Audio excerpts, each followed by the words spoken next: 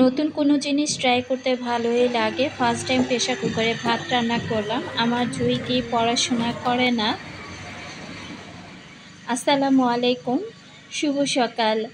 বেশিরভাগ সময় কিন্তু আমার ব্লগটি আমি সকাল থেকে শুরু করে থাকি। এখানে আমি ডাল সিদ্ধ করে নিয়েছিলাম। আজকে রুটির সাথে আমি অ্যাঙ্কারের ডালটা রান্না করব। তো ডালটা গতকাল রাতেই ভিজিয়ে রেখেছিলাম। আর সকালবেলা প্রেশার কুকারে ৪টা সিটি দিয়ে নিয়েছি। এরপর সব রকমের মশলা দিয়ে তারপরে খুব ভালোভাবে কষিয়ে ডালটা দিয়ে দিলাম। যদিও একেবারে হোটেল স্টাইলে ডালটা রান্না করতে পারি নাই, তবে যতটুকু পেরেছি আলহামদুলিল্লাহ। হোটেলে যেভাবে ডালটা রান্না করে সেই ডালটা খেতে কিন্তু অনেক মজা হয় আর খুব সুন্দর একটা ঘ্রাণও আসে সেই ডালটা থেকে। তো ছোটোবেলা যখন বাবার সাথে বাজারে যেতাম তখন বেশিরভাগ দেখা যেত কি বাজারের কাছেই বড় একটা হোটেল ছিল। তো সেই হোটেলে গেলে আমার বাবা কী করতো, পরোটা কিনে দিত আর তার সাথে এই ডালটা নিত। তো বাপ মেয়ে দুজনে বসে আর কি পরোটা আর এই ডালটা খেতাম। তো ওই যে ডালের স্বাদটা, সেই স্বাদটা কিন্তু এখনকার ডালে আর তেমনভাবে পাই না। হোটেল থেকে যতই ডাল কিনে খাওয়া হোক না কেন, ওই যে আগের মতো একটা স্বাদ বা ঘ্রাণ সেই জিনিসটা কিন্তু এখন আর নাই।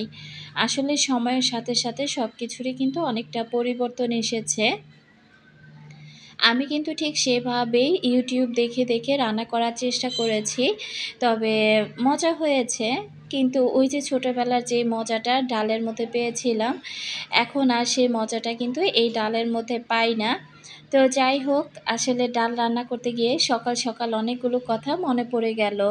অফ ক্যামেরাতে আমি রুটিটাও বানিয়ে নিয়েছি আর ডাল রান্নাটা আপনাদের সাথে অল্প করেই শেয়ার করলাম। এখন আমি আর জুই মিলে বসে সকালের নাস্তাটা করব। এখনও জবার আব্বু ঘুম থেকে ওঠেনি, তো সে যখন ঘুম থেকে উঠবে তখন আর কি জবার বাবাকে আলাদা করে খেতে দিয়ে দিব। তো আমরা দুই মা মেয়ে যেহেতু উঠে গিয়েছি তাই আগেই নাস্তাটা খেতে বসে গেলাম। আমার অনেক আপুরা সবসময় বলে থাকেন আমি অনেক কাজ করি, সংসারের অনেক কাজ করি, তবে বিশ্বাস করেন আমি যদি একদিন একটু বেশি কষ্টের কাজ করে থাকি, আগামী ২টা দিন কিন্তু আমি রেস্ট নেওয়ার চেষ্টা করি বা হালকা পাতলা কাজের মধ্যেই থাকি। আমি যেহেতু গত ২ দিন আগে আমি আমার কিচেনটাকে খুব সুন্দর করে ডিপ ক্লিন করেছিলাম।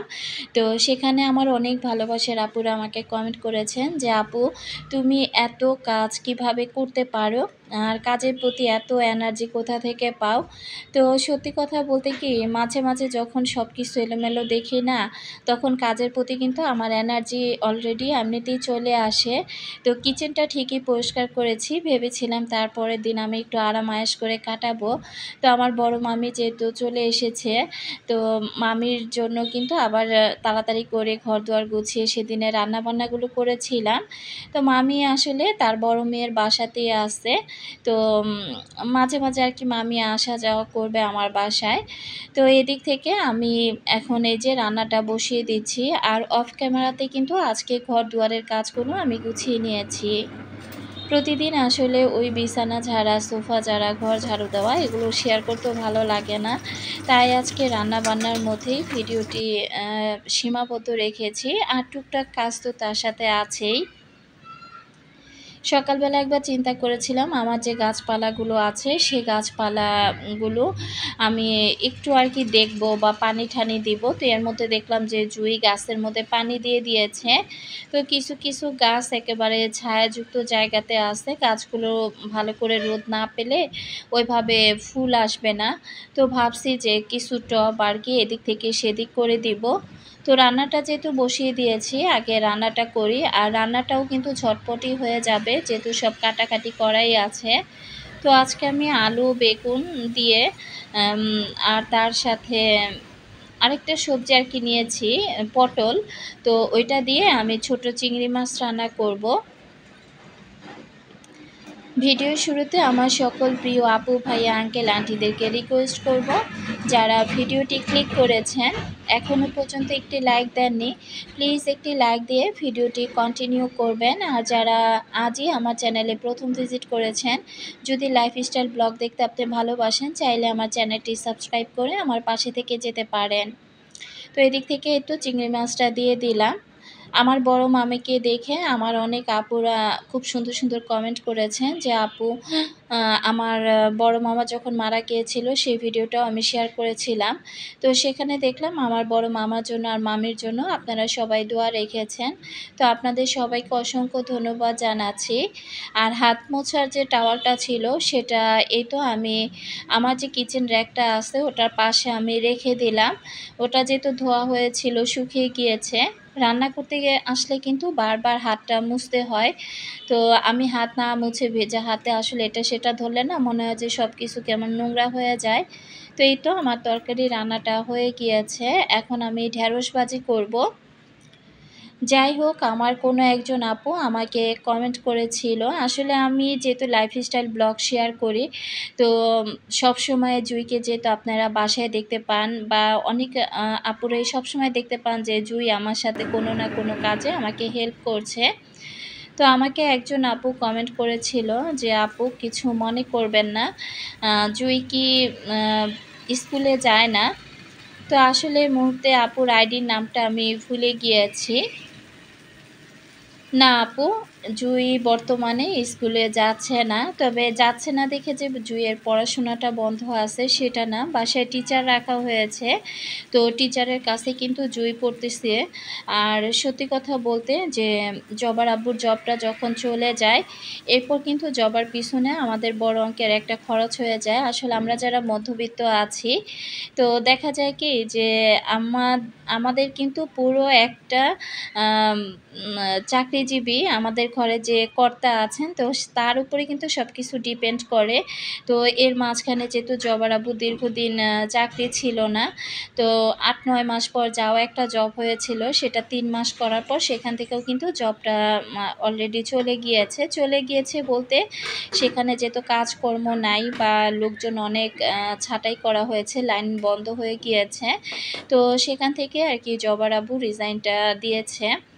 তো আপনারা দোয়া রাখবেন আবার জবার আব্বুর খুব শীঘ্রই যেন খুব দ্রুত একটা জব হয়ে যায়। অনেক জায়গায় ইন্টারভিউ এর মধ্যে আর কি দিয়ে যাচ্ছে।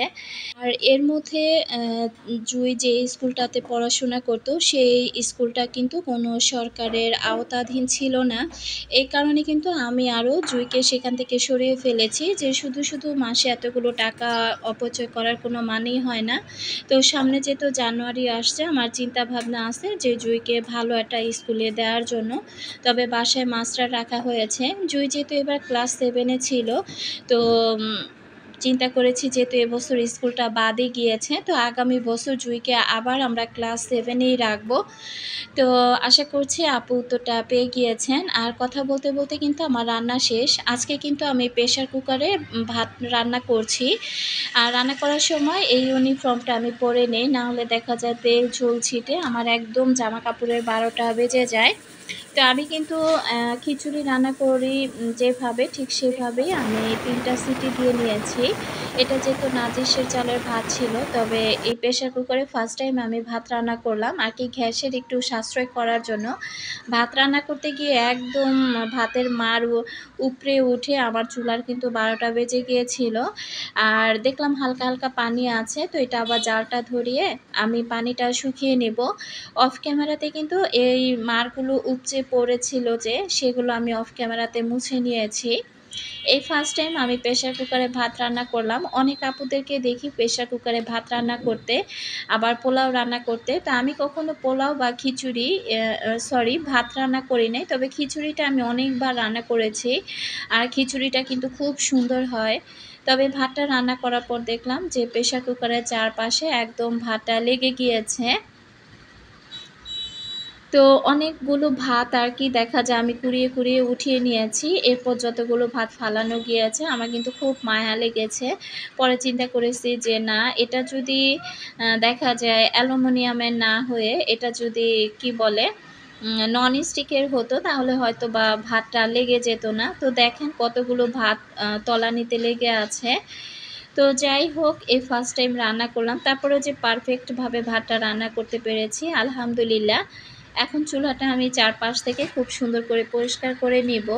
আমাকে অনেক আপুরা বলেন যে আমি নাকি সারাদিন কাজ করি, তবে আজকের কাজগুলো দেখেন, এইটুকু কাজ কিন্তু করতে হবে। সকালে উঠে নাস্তা বানানো, ঘর দুয়ার গুছানো, রান্না বান্না, তো ঘর মোছা, ঘর ঝাড়ু দেওয়া, এই কাজগুলো না করলেই না।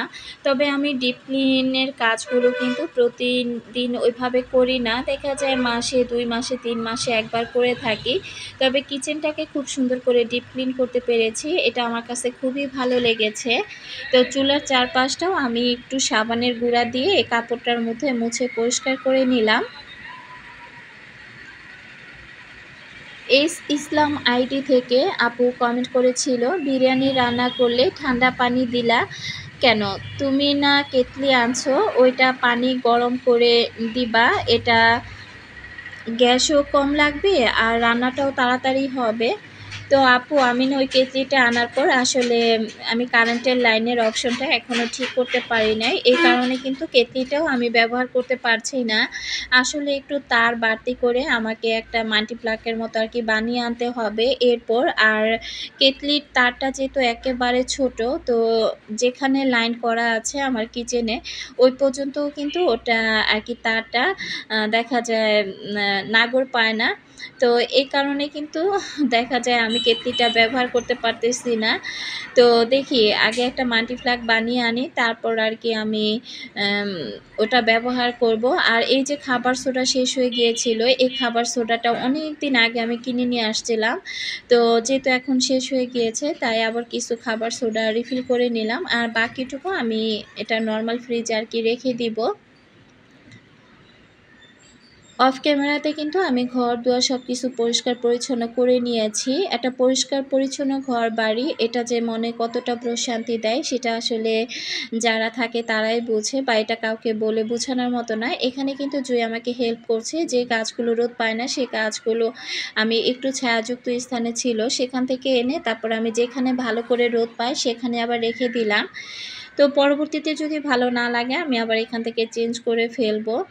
আর সামনের যে বারান্দাটা ফাঁকা, ওখানেও কিছু গাছ নিয়ে রাখার চিন্তা ভাবনা আছে, যেহেতু শীতের সময় সামনের বারান্দাতে প্রচুর গাড়ি ঘোড়া চলে।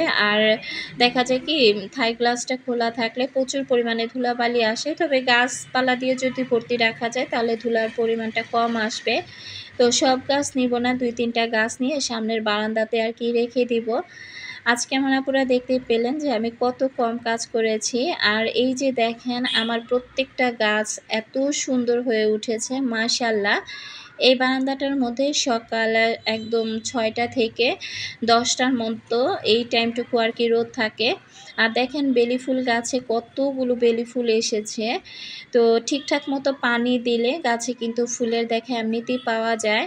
আমি কিন্তু একটা লাল নয়নতারার গাছ অনেক দিন আগে ছেটে দিয়েছিলাম, আপনাদের সাথে সেই ভিডিওটা শেয়ার করেছি।